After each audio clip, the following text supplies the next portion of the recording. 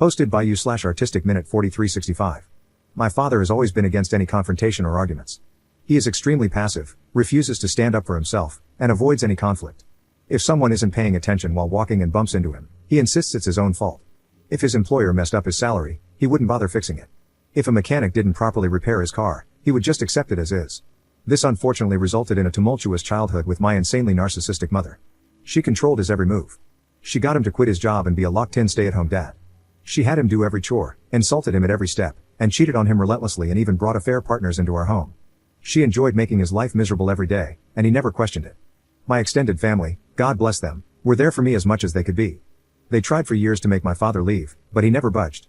When she would direct her anger at me, in the form of screaming, insulting, or general demeaning, my father never once found the guts to stand up for me or support me.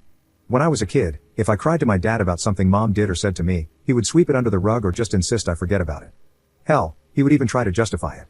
As I grew older, it really set in for me how messed up this was. My mother gladly kicked me out of the house when I was 18, and my father just sat there looking sullen. He didn't say a damn thing. I joined the Air Force almost immediately and got stationed on the other side of the country. The dynamic was awful, and I could have easily gone down the incel route if not for therapy and the amazing people I met along the way. It took years for me to get into a better mental space. I was filled with hatred. My mother left my father 2 years after I got stationed and utterly destroyed him in the divorce. She was unalived a year later in a DUI with one of her affair partners. I took a lot of joy in hearing that it took her hours to unalive, and that's when I really knew I needed help to process things. I'm almost 30 now, have a girlfriend who is perhaps the best thing to ever happen in my life, and she fully understands the situation with my family. I have learned not to allow myself to be consumed with anger and resentment by my past, or so I thought, as you'll see, and instead put that energy into my future. I have been extraordinarily low contact/near no contact with my father since I left. As much as I try, I cannot make that connection with him. I recently went to a family reunion and brought my girlfriend with me. My father was there since it was his side of the family. They have many issues with him, but he is family, so whatever, I guess. I made sure to avoid him. I was chatting with my uncles when I heard my father talking in the background. He was discussing how a coworker of his was going through a divorce after discovering his wife was having an affair and was positioned to have a very favorable outcome. My father remarked that his coworker should instead work to forgive his wife and, in his own words, set a good example for unity and forgiveness, adding that he believed he had set a great example for me in that regard. I swear it was like a switch went off in my head, and I was mentally back to being the rage-filled 18-year-old. After all these years, he still hadn't learned a damn thing. I turned to him and asked if he was serious. He looked at me and started to stutter.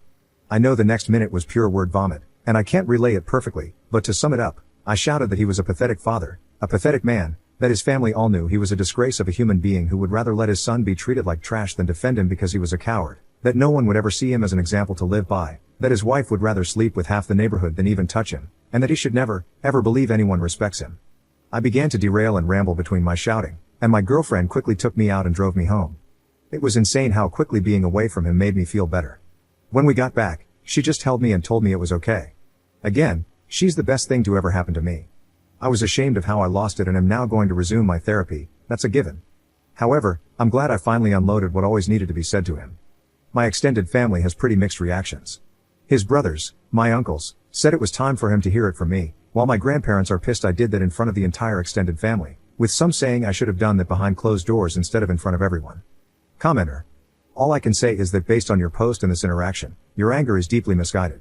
And you're failing to recognize the truly horrifying thing. You're behaving like the mother you actually should hate. Ops response. Oh, trust me, I fully hate her as well, but she is gone, and there is no use in holding a grudge against someone who isn't alive. I had hoped, though, that after his son made him an outsider in his life, his family openly joked to his face about his failings as a father, his ex-wife drained him of everything he had and made him start over in a one-bedroom apartment, and his friends slowly left his life one at a time out of embarrassment, he would have had at least one moment to reflect and maybe consider that he should have done things differently. Update 2 days later. Thanks for the advice and recommendations, even among some of the comments calling me the jerk. However, some of them needed to be addressed because they were either hilarious or cringe-worthy. Some were very angry, and they kind of confused me at first until I read their comments further down or saw their profiles and noticed rants about double standards or complete non-sequitur ramblings about women. So yeah, not helpful advice, but they were great dark reflections of how I could have turned out if not for the support in my life. Some attempted to portray my dad as a humble, kind, caring, sensitive old man who I'm just being a bully to. This was a very good insight into how enablers of abuse get away with so much in today's world, because so many people forget that they are part of the abuse themselves. Some were attempting to mentally dissect me or have a gotcha moment with me to pull apart my story. That was generally asinine, and I had to step away from those before they asked for my cranial measurements or something. So it was pretty much immediately when I was up the next morning that I realized I needed to resolve the events of last night. I first spoke to my girlfriend and gave a sincere apology for having her see me like that. She reassured me that nothing was wrong, that she's known me for years and has always known me to be level-headed, and that she understands why I kind of snapped. She herself has a history of dealing with narcissistic family members, so she absolutely understands the dynamic. She only really told me that it would be best to work on spending time around my extended family since my father will always be there. I told her not to worry, I'm immediately going to talk to them afterward to figure that out. So that part's fine. I look like kind of a jerk in front of her, but I'm making sure that doesn't happen again. I also informed her of my intentions to resume therapy just to keep myself steady, which she was happy to hear. I called my grandparents and sincerely apologized for putting such a sore dent in their family reunion. I acknowledged that it wasn't appropriate, and while it felt good to say those things to him, it should have been done privately and not in front of everyone.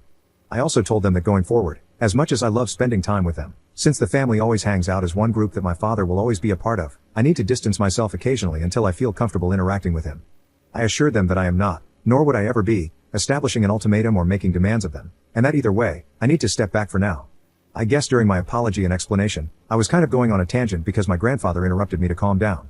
He told me that after I left, people kind of separated or slowly started leaving, and eventually, they were able to talk to my father one-on-one.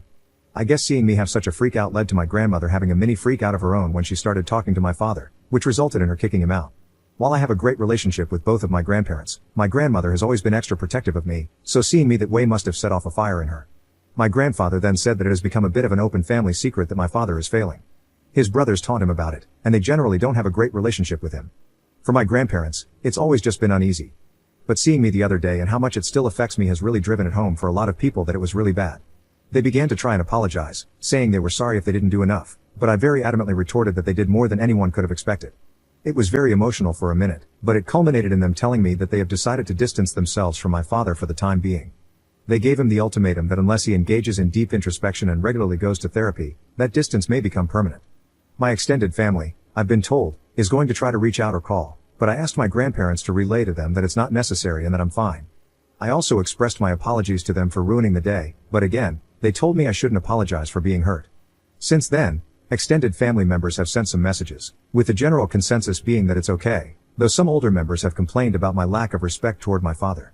And finally, I texted my father, hoping to meet at a local coffee shop for a final talk. When I met him, he didn't look good. I think his parents tearing into him finally got the message through. I had so many things I could have said, but instead, I first asked him if the coworker he gave advice to took it well. He just said that neither the coworker nor several others interact with him anymore. I then asked if he truly believed that every single thing he did for me as a child was for my benefit. He didn't really say anything. I finally asked if he has any regrets about how I was treated as a child and if he thinks he ever did anything wrong. He looked utterly defeated and just mumbled that he could have done more. I could have poked and prodded or gone on another rant, but instead, I told him this should be goodbye and that I hope he gets the help he needs. I think finally unloading my frustrations was what I needed to be able to move on and find peace. I absolutely need to stay on track with therapy and admit that a public outburst wasn't okay, but I think I'll be fine.